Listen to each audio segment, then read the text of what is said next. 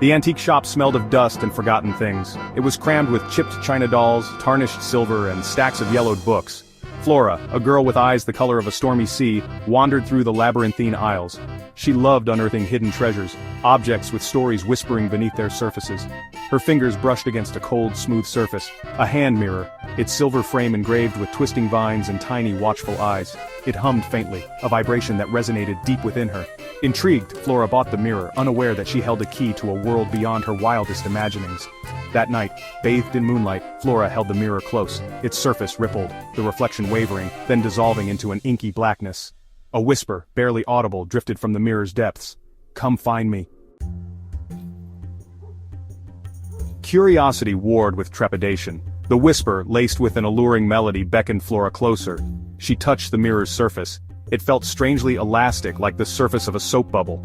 Taking a deep breath, she pushed her hand through.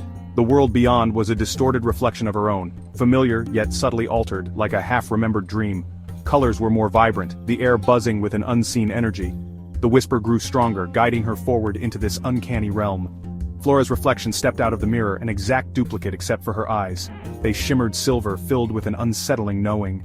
"Welcome," the reflection said, her voice an echoing chorus, "to the world you were destined to find."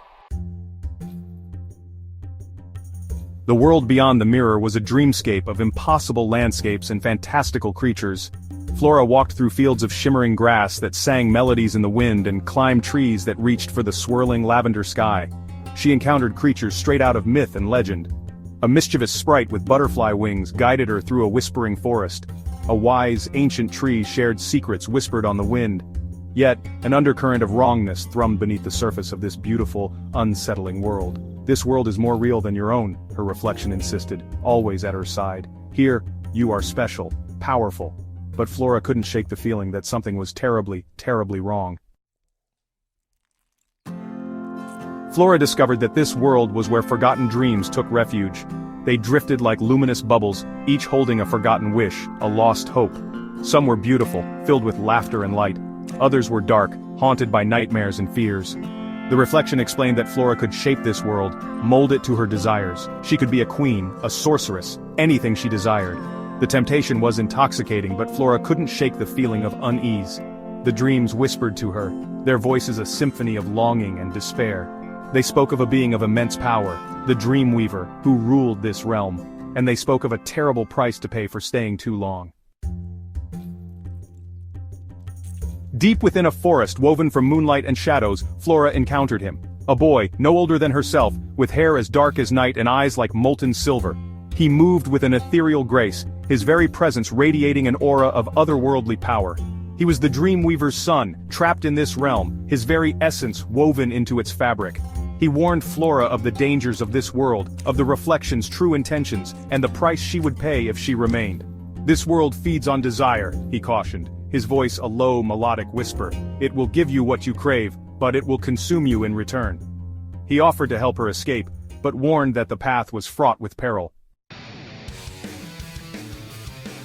Section 6. A Shadow with Teeth. The reflection, enraged by the boy's interference, revealed its true nature. It morphed into a creature of shadow and malice, its eyes glowing with a cold, hungry light. It had lured Flora here, intending to trap her soul and claim her life force. The world around them twisted and contorted, the beautiful facade crumbling to reveal the darkness beneath. Trees transformed into grasping claws, flowers into snapping maws. The air grew heavy, thick with the stench of decay and despair. "You cannot escape me," the creature hissed, its voice a chorus of whispers. "This world is mine, and soon you will be too." Flora and the boy fled through the crumbling landscape, the creature's laughter echoing behind them. Section 7. Escape from a Nightmare. The boy used his power to shield them, weaving illusions and conjuring barriers to slow the creature's pursuit, but the world itself seemed to work against them, the very fabric of their surroundings aiding their pursuer. They raced through a labyrinth of shifting hallways, the walls closing in, each turn leading to a new terror. Giant spiders spun webs of moonlight and fear. Whispering voices taunted them with their deepest fears. Still, they pressed on, hope flickering like a candle in the wind. "The mirror," the boy gasped, his breath ragged. "We have to reach the mirror." It was their only hope, their only way back to the world of the living. Section 8. The Choice. They reached the mirror, a beacon of shimmering light in the encroaching darkness. But the creature stood between them and escape, its form shifting and swirling, a vortex of malice and hunger. The boy, drawing on the very essence of the dream world, unleashed a wave of pure energy. It struck the creature, forcing it back, holding it at bay, but the effort was too much. He stumbled, his form flickering, fading. "Go," he urged Flora, his voice barely a whisper. "I can hold it long enough for you to escape. You have to go. Forget this place. Forget me." Flora was torn. She couldn't leave him, not to this fate. But he insisted, his eyes filled with a desperate plea. Section 9. A World Remade. With a final lingering look at the boy, Flora leaped into the mirror's embrace. The world around her dissolved, the nightmare realm fading, replaced by the familiar comfort of her own bedroom. She stumbled back, heart pounding, gasping for breath. The mirror lay shattered on the floor, its silver surface dark and lifeless. The world beyond was gone, a phantom memory. Only the faintest echo of the boy's voice lingered, a whisper in the stillness. "Remember me," it sighed, fading into silence. Flora picked up a shard of the broken mirror. The reflection staring back was her own, but her eyes held a newfound depth, a flicker of silver in their depths. The world beyond the mirror might be gone, but its magic, and the memory of the boy, would forever remain a secret whispered in her heart.